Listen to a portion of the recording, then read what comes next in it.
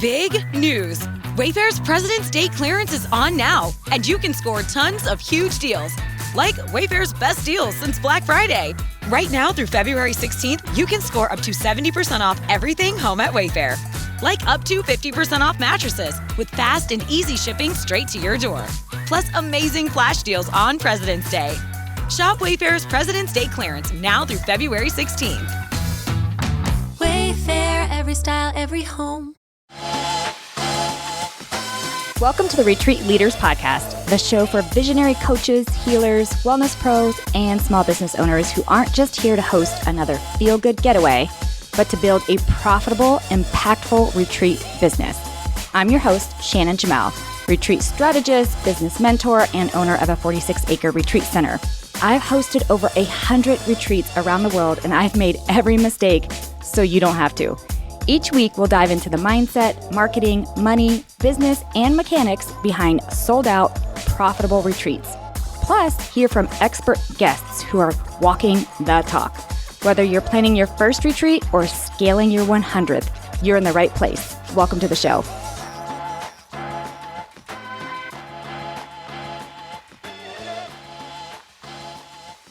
Hey guys, welcome back or welcome to the Retreat Leaders Podcast. I'm so excited that you're here today. Before I dive into today's topic, I just have a favor to ask. If you are listening to this, will you pretty please leave us a review? There are so many people who are tuning in each week, which I am so grateful for, but I don't have the same number of reviews. And so they really mean the world to me. I read every single one of them, and I just so appreciate it. Okay, I'm going to talk about something that I think retreat leaders, actually anybody in business, do not talk about probably enough. And that's what I wish I had done differently when first building my retreat business. And then what I see hosts still making, like as far as mistakes when they're first building, like other mistakes that are made during the initial building period. Today, we're not going to talk about highlight reel necessarily. We're going to talk about what we could have or should have. I do not like that word should. It's like you could should yourself to death, but let's just dive into that because I've been hosting retreats for a really long time. I've had them at my own venue. I've hosted them internationally. I've done small groups. I've done larger groups. And I can tell you like with the utmost unashamed confidence that I did not do everything right from the beginning and that that's okay. But had I known some of these things that I'm going to talk about, some of these things earlier, it really would have saved me a lot of stress, a lot of money, and some unnecessary learning curves. Listen, I'm still a big believer that we learn the most in mistakes because of mistakes. Like if you think about it, in everything we've done, whether it's learning how to ride a bike, whether it's learning how to do math, learning how to read, you first have to do all the shit wrong, right? You crash on your bike, you add it up incorrectly, you read the word wrong, and then you correct, and then you correct, and you correct. And so mistakes, listen, I don't care who you are, how long you've been in this industry, you're going to make them, and you're going to learn from them, right? There are some, though, that it's nice to learn from somebody else to say, oh, that's I didn't think of that. Let me just put that into my business plan. And so that's what I want to share with you today is things that I kind of do wish I had done differently. And then just also the mistakes that I consistently see new retreat hosts make, sometimes existing retreat hosts, and just wishing that we hadn't done that. Okay, and this isn't to shame anyone, by the way. So if I talk about a mistake and you're like, oh, that's what I did, is she calling me out? I mean, yes, but not personally and not to shame you. It's just to help you build something that really actually works and feels good. Okay, let's jump into it. All right, these are mistakes I had done early on. So I'm going to start with my mistakes first. The first one is I really, really wish I had gotten super clear on exactly who my retreat was for, right? My first retreats were so broad. I'm just going to be super blunt with you. If they said they had money, I was like, come to my retreat, okay? It just was very vague. The wording was very vague. And I wanted to fill my retreats. And I really, really wish I hadn't done it that way. And I'll be honest, I was exhausted. doing it that way. My retreats did fill early on, but they also filled with people who just were not a match for me, and I wasn't a match for them, right? So even though it's like, yeah, but Shannon, you filled your retreats. Filling a retreat, by the way, is not always the goal. I know you're going to be like, what? No, profitable retreats is the goal. And sometimes, well, let me back that up. Profitable and aligned retreats. And what I mean by that is profitable, no matter how many people come, you hit your profit goals. And aligned, meaning that it's the aligned, energetic space from guest to leader, leader to guest, and what you're teaching and what you're providing, right? So it's all aligned and it's profitable. Sometimes that means you're going to make a really good profit and it doesn't necessarily sell out or is not completely full, right? But at the beginning, I wanted butts in chairs, as they would say. And so if I could go back to then, which I do it now, but if I could go back, I would save myself so much frustration and exhaustion, because when you are trying to be everything to everyone, that's so tiring because you're not authentic. There's no way. There's no way you could be authentic because I'm not a match for everyone and everyone's not a match for me. And so you're exhausted trying to keep up with what you think everybody wants or needs from you rather than just authentically delivering who and what you are, right? And so I would go back and I would get crystal clear. And it would be so crystal clear that I'd be thinking of the one person that represents my people, right? I'd be speaking directly to their life, their stress, their season. And I mean, so crystal clear. We talk about this all the time on this podcast. I've had amazing other leaders who talk about this. My friend Allison is so good at this stuff too, like really narrowing it down, completely down. When I did that, y'all, when I stopped trying to appeal to everyone, it got so much easier. The marketing, messaging, selling, even the dynamic and the energy of the group itself got so much easier, way more beautiful, way more fulfilling. So that's the first thing. The second thing I wish I had stopped overbuilding the experience. So I used to think that more stuff, more sessions, more workshops, more all these things meant more value, right? I used to think all these activities and all the stuff just meant more value and a better retreat. And I'm here to tell you, nope, that is not true. That's not true. What actually happens when you overbuild your retreat or overfill it is guests get overwhelmed. You, once again, are exhausted. And the really powerful, the really transformational, if you will, moments get rushed. They get rushed. And there's not any integration time. There's no downtime for processing. There's no rest time, which is very important in any kind of retreat, right? Maybe tiny bit less important in a business building retreat, but I still feel like there needs to be rest and integration for all retreats, okay? So if I could rewind, I'd remind myself that transformation needs space, not a packed schedule. And some of the most impactful retreats that I've hosted actually had less on the agenda than more. And as a venue owner, me and my team, we see some of these itineraries that come through, and I'm like, oh, I mean, we're talking like minutes in between things.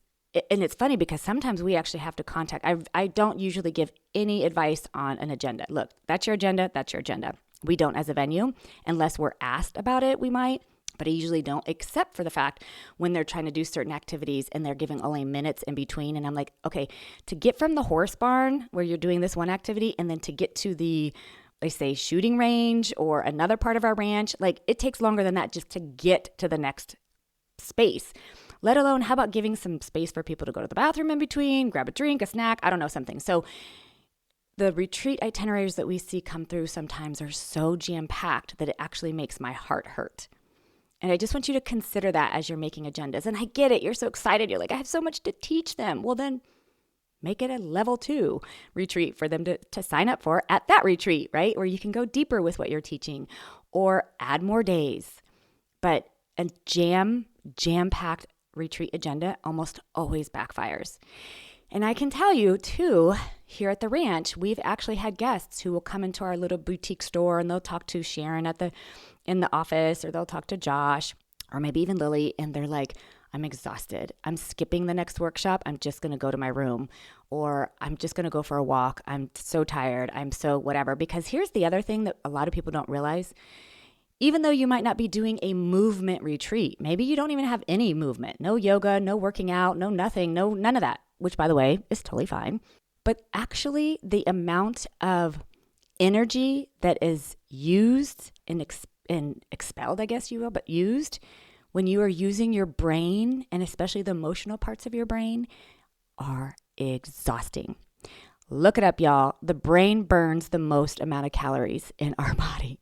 So when you're requiring or asking your guests to go into spaces that require some deep thinking or processing or whatever that has to do with the brain, they are exhausted and they need time to rest. They need time to process. They need time to integrate. So less is more on the agendas. I promise. And I know that sounds backwards, but it is. Hey guys, Shannon cutting in here real quick. Listen, the Retreat Industry Forum is happening May 14th through 17th in Denver, Colorado, and it's not your average feel-good conference.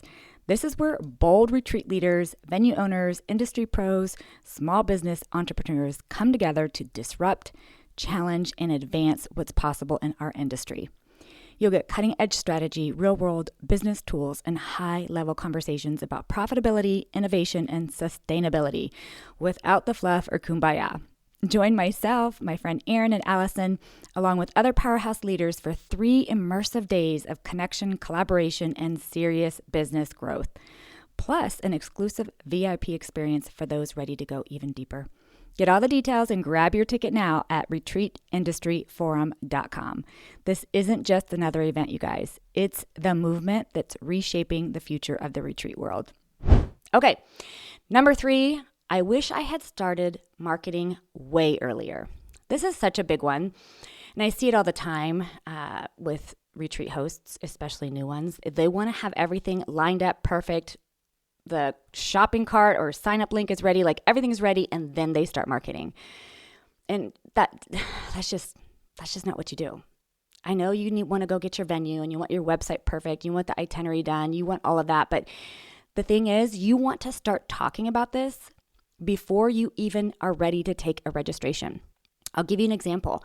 I am hosting a retreat in Champagne, France in 2027, September 2027. As I record this, it'll probably come out in February of 2026. I have been talking about this retreat for about 5 months already. I have a 75-person interest list already, which by the way, I'm only taking 16 people. I have drip campaigns going out. I have posts going out.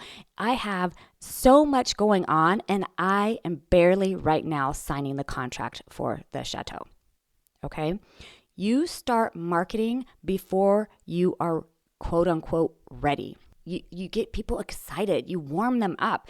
You start dripping things about the venue or area, the activity that you might be doing, the workshop, who it's perfect for. And like, you just get them all excited and bubbly, and they just can't wait until you open up that registration link, right? And you're building trust along the way, familiarity.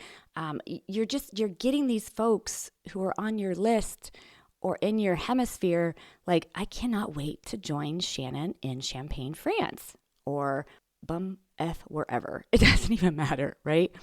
They just can't wait to experience what you have to offer because you've been warming them up. And then there's none of this like last minute urgency where you open it up and you're like, oh my gosh, nothing's happening. Well, unless you're spending a shit ton of money in ads, which let me talk about that in a minute.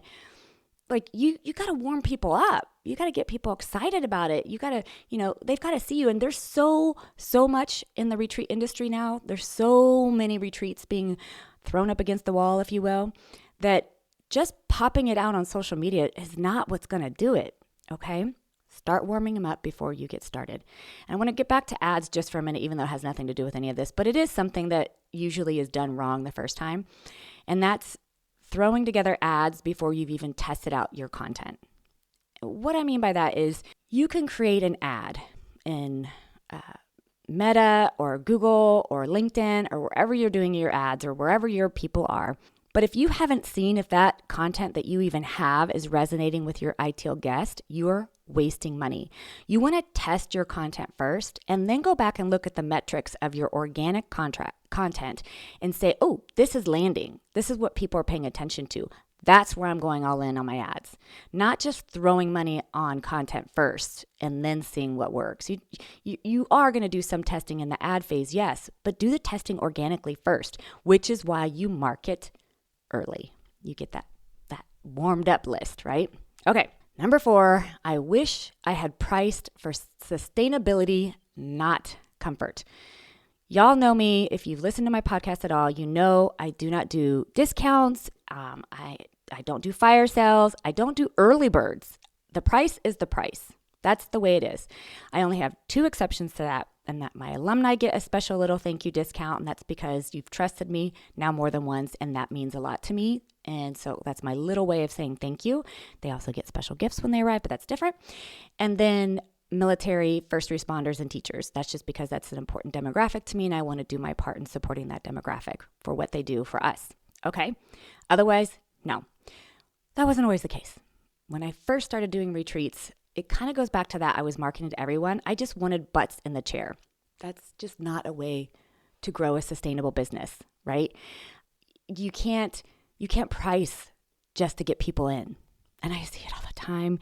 Me and Aaron and Allison, we have this group chat that we talk about all the time because it really breaks our hearts that we see this happening so much. And not only do we see this happening so much, but we see coaches and people in what maybe someone would think is an authority figure in the retreat industry space saying just price for breaking even or just get people there. It's just going to be a learning experience. No, you don't do that for a number of reasons. The burnout and the resentment and the attracting the wrong guests are 3 of the biggest one, right? Because pricing is a math situation, but it's also a positioning situation. You don't want to position yourself as that person who is just going to take anyone at any price, because what you will bring into your retreat space is broken at that point. It's not sacred. It's not respected. You know, the people that show up on those discounted rates compared to other people treat it as a discounted rate. Nobody likes to hear this. You can argue with me to death, but after years and years of doing this and working with other people that do this, when people don't pay a good, sustainable price for what you're delivering, they don't respect it as much. They may show up late to things. They may cancel last minute. They may talk about it with other guests. Like, it just has a different energy. You don't want just anybody to show up. You don't want to give away your retreat spots. You don't want it to lose the respect that it deserves as an experience for change. This is not an online course. This is not a pair of shoes at Target on sale.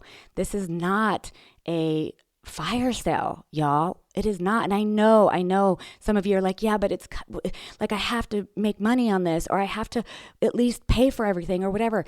First of all, you're already in a panic mindset and you're just going to attract more of that. And I could get deeper into this and I'm not going to. And besides, my friend Erin is excellent at really driving this home. So if you're struggling with pricing, please contact her.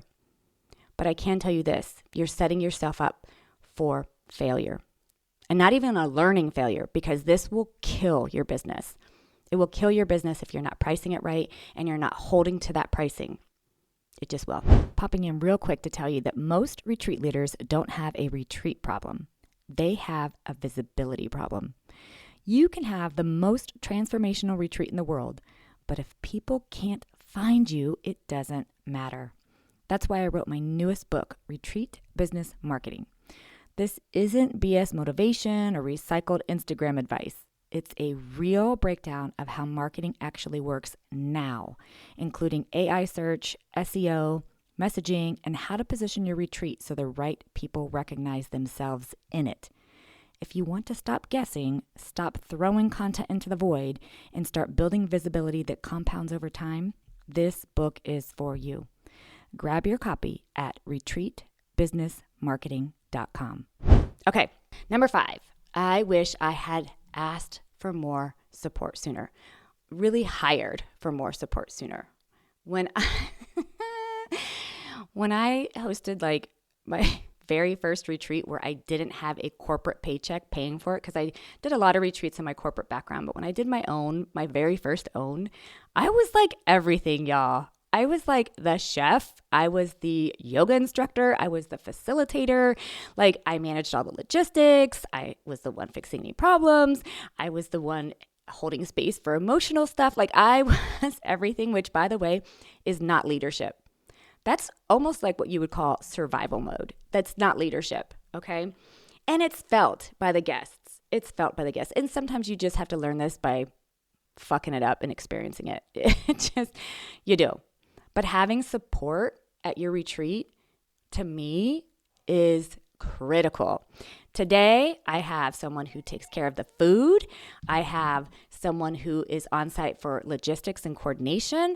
I have a guest relations person. Like, the support is top notch. Like, it's top notch. And so having support is so important so that you can be present as the leader to hold space properly, to ensure that your guests feel a little bit safer in that space. Because if they see you running ragged and going and doing all these things, they don't feel safe to come to you and ask you or talk to you, or even, to be honest with you, take any kind of learning or advice from you. And overall, the retreat flows better. Now, based on where you're hosting it, the price point, what you're providing, all the moving parts, depends on how much support you need. That's something that you kind of have to sit down on pen and paper and do, or work with a coach to do that with. But I'll tell you this, you don't get bonus points for doing it alone. You get exhaustion points, and your guests feel it. Everybody feels it. And really, you might walk out. Let me give you an example too. I remember early on in my coaching business, when I was coaching one-on-one retreat leaders, I had someone who just was so resistant to having help. She really was like, I can do it all, Shannon. I am like Superwoman. And she is. She's Superwoman. So we worked on all the other infrastructure. We did the marketing, the sales. She filled it up. She actually made really good money too. And I remember on Tuesday, her retreat ended Sunday. On Tuesday, I called her. I'm like, so? And she's like, I'm never fucking doing that again. She literally said those words to me. Ariana, if you're listening, you're probably laughing because you know that's you. Anyway, and here's why. She was blown out, exhausted. She really got sick even a little bit because she did everything for everyone and didn't realize how much she would be pulled from all different directions, no matter how much I told her. And if you are listening around, you're really laughing because you remember, this is ugly of me, but I was like, what did I tell you? You know, like, it's that whole I told you so. But you know what? You don't know until you know. So listen, if you want to do it all on your own and learn it the hard way, go for it. If you want to have like sanity and even pleasure in hosting your retreat, then you're going to need help. That's just all there is to it. All right, we're going to move now into kind of like the second part of this, which is just mistakes that I see retreat hosts make that I don't feel like I really did, but I see it happening a lot, and I know they wish they hadn't, okay? So one is treating the retreat like a one-off event. I just recently did a podcast on how to turn your retreat into a brand asset so that it's repeatable versus this one-off event, because when you do a lot of these one-offs, like, you're starting over each time. You're working so much harder.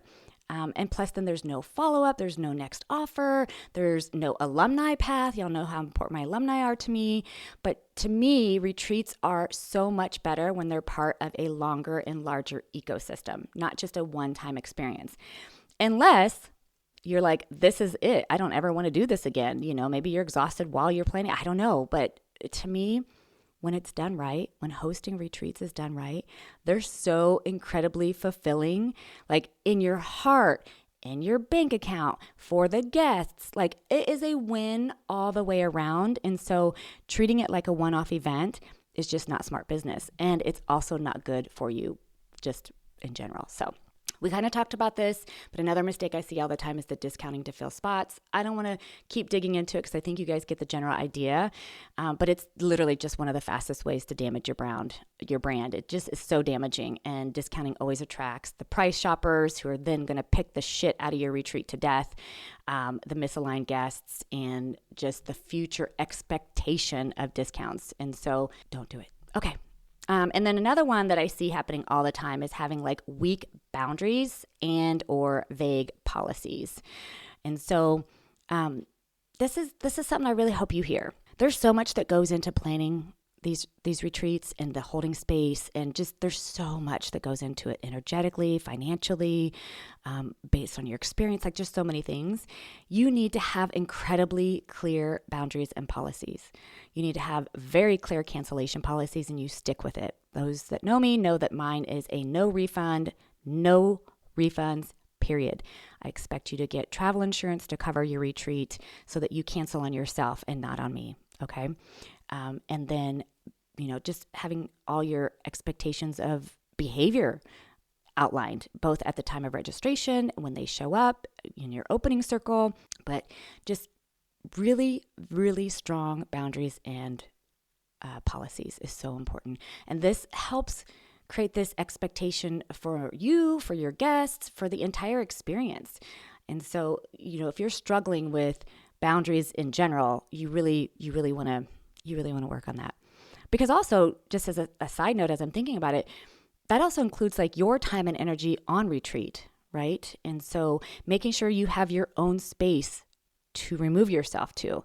At minimum, you need to have your own bedroom, bathroom, completely yours, not yours and your staff's, not yours and a guest especially, but your own, where you can rest your face, where you can regroup, where you can pray or meditate or just refill your energy, right? And so you have to have that. Some hosts, they'll even stay off-site, just right around the corner from the actual retreat location. Whatever it is, you need to have your own space. And you need to be super clear. Like for me, it's like if you run into an issue, here's who you're going to contact, Lily or Josh or whatever. And so having that line of communication, because here's what can happen. Shit goes wrong. I don't know, a toilet starts leaking, or there's a bug problem. Like there's just things that go wrong on retreats, or the food didn't accommodate an allergy that was forgotten. I mean, there's just, oh my gosh, so many things. And you need to know who is the contact for these things. And it should not be you. It should not be you as the leader, okay? Listen to my words. If you are not in the space to be able to hire someone for this job, which is my first recommendation, then work out an exchange program for it so that somebody is the contact person, so that my Lily is the one who's going to get the text or the call about the bug problem. Put something together and then just let me know, okay? Or whatever it is. By the way, I've never had a bug problem. Just want to put that out there. But I'm just saying, I do know of a host who had bed bugs at their Airbnb that they rented. I don't like Airbnbs. You don't rent an Airbnb, but whatever. And so that's it can happen. Anything can happen. And so having boundaries and policies in place for these things are so important. All right, moving on. Another thing that I see happening too many times by other hosts is copying other retreats instead of owning their own style. One, I think this is just tacky and unethical and just not okay. Inspiration is fine. Copying is not okay. Okay, it's just not. I don't even want to get deep into this. I just feel like, and this goes even for trainings, for anything. So it's okay to see what other people are doing for inspiration, or even to see what other people are doing. So you're like, I don't want to do that, but your retreat should be a reflection of you and your ecosystem, what you teach specifically that's yours, based on your experience and your education and your knowledge, right? It shouldn't be a mashup of somebody else. So own your own style. Okay, another one that I see other retreat leaders make as a mistake is believing confidence comes after success. Listen, confidence is not the reward at the end. It's literally built through acting even when you're not confident. Acting means taking action. Taking action even when you're scared or worried or nervous, right? And then refinement through that action.